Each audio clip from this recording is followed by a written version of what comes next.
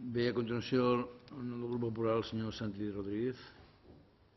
Gràcies, senyor president. Agrair també al senyor Florença, al senyor Sedó i al senyor Llorenç la seva presència en aquesta comissió i la seva exposició al respecte dels propòsits de la seva secretaria en matèria d'afers exteriors. Dir-los que m'ha satisfet l'ús reiterat que ha fet vostè de l'expressió que el servei exterior, la política exterior del govern de Catalunya té que ser i té que anar orientada a satisfer les necessitats dels ciutadans de Catalunya. Aquesta és una expressió que vostè ha repetit en diverses ocasions, que entenem doncs, que orienta la política del govern en matèria d'acció exterior i que nosaltres ens felicitem que això sigui d'aquesta manera. I segurament són matisos, diferències de matisos, no? Però crec que hi ha una diferència important entre aquells que expressen que la política exterior s'ha de fer al servei del país i aquells que expressen que s'ha de fer per satisfer les necessitats dels ciutadans del país.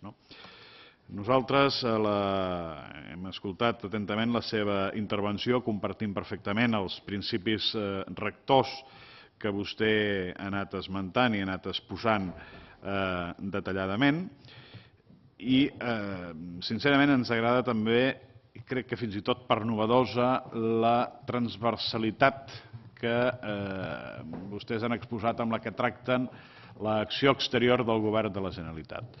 Ens ha explicat l'existència d'aquesta comissió de seguiment en la qual hi participen tots els departaments. Ens sembla que és un element extraordinàriament important per tal que totes aquelles accions, i n'hi han de molt importants, com és la internacionalització, com és el fet del turisme, que compten amb agents que actuen, diguem-ne, des del seu àmbit sectorial específic, però que hi hagi una unificació de criteris i que hi hagi una unificació d'accions del conjunt del govern i no que cadascun d'aquests departaments, que cadascun d'aquests agents actuï per separat, ja que només des del punt de vista de l'actuació coordinada entre tots aquests agents és com es pot assolir una major eficàcia de les accions que es pugui fer en cadascun dels camps.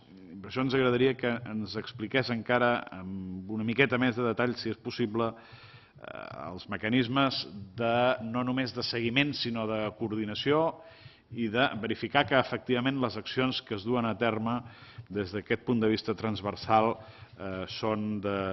realment són eficaces i compleixen l'objectiu que vostès s'han fixat.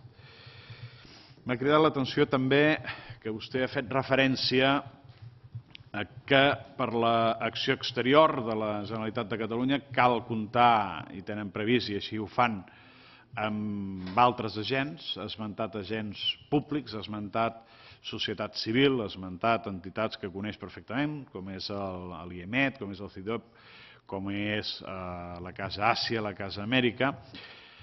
I jo el que li volia preguntar més concretament és si també tenen previst col·laborar i aprofitar les infraestructures que té en l'exterior Espanya. Espanya té infraestructures també en l'exterior que són aprofitables, òbviament, per totes les comunitats i, com no, jo crec que la catalana no pot ser menys que intentar aprofitar tots aquells elements que puguin reforçar aquella acció que es pretén des del govern cap a l'exterior per beneficiar precisament el que és l'interior, el que és precisament Catalunya. Ens agradaria conèixer també una mica si hi ha aquestes relacions, si les tenen previstes, quines són, en quins àmbits en concret es produeixen o es poden produir aquestes relacions. Només dues qüestions més. Una en relació a un element que el president de la Generalitat, precisament en el seu discurs d'investidura, ja va citar, el desig que Catalunya fos ròtula del Mediterrani, que ens pot semblar una orientació encertada, sempre que no oblidem, i jo crec que m'ha agradat molt la il·lustració del triangle que és Catalunya, amb una cara cap a Espanya, cap a la península, cap a Espanya, una altra cap a Europa i una altra cap al Mediterrani.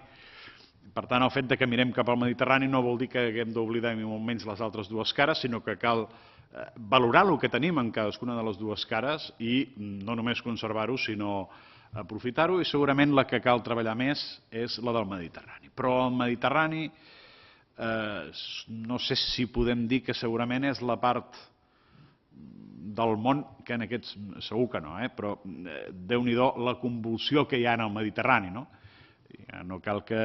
i vostè ho coneix perfectament perquè ha estat en l'IEMET, els conflictes a Tunísia, a Egipte, a Síria, a Líbia, el conflicte entre Israel i Palestina, el qual avui n'hem viscut aquí mateix en aquesta comissió un petit episodi,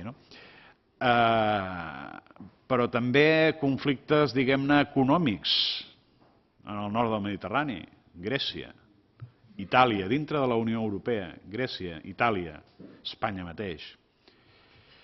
I ens agradaria que ens exposés la seva visió de les possibilitats del Mediterrani i la visió que aquests conflictes que s'estan vivint ara en aquest moment com poden perjudicar precisament a la viabilitat d'aquestes relacions mediterrànies. I si em permeten encara hi afegiré un altre element, el paper de Turquia en aquesta relació del Mediterrani com a pont d'unió, com a nexe d'unió entre la Unió Europea i les economies emergents d'Àsia.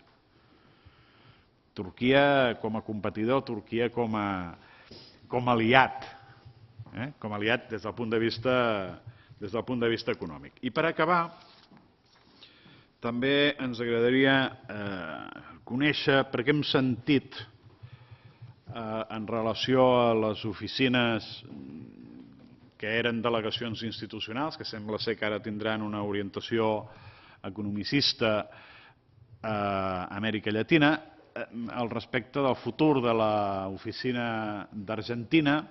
Hem sentit la possibilitat que s'obri una oficina al Brasil, hi ha una oficina creada, sembla ser que sense cap nomenament, a Mèxic.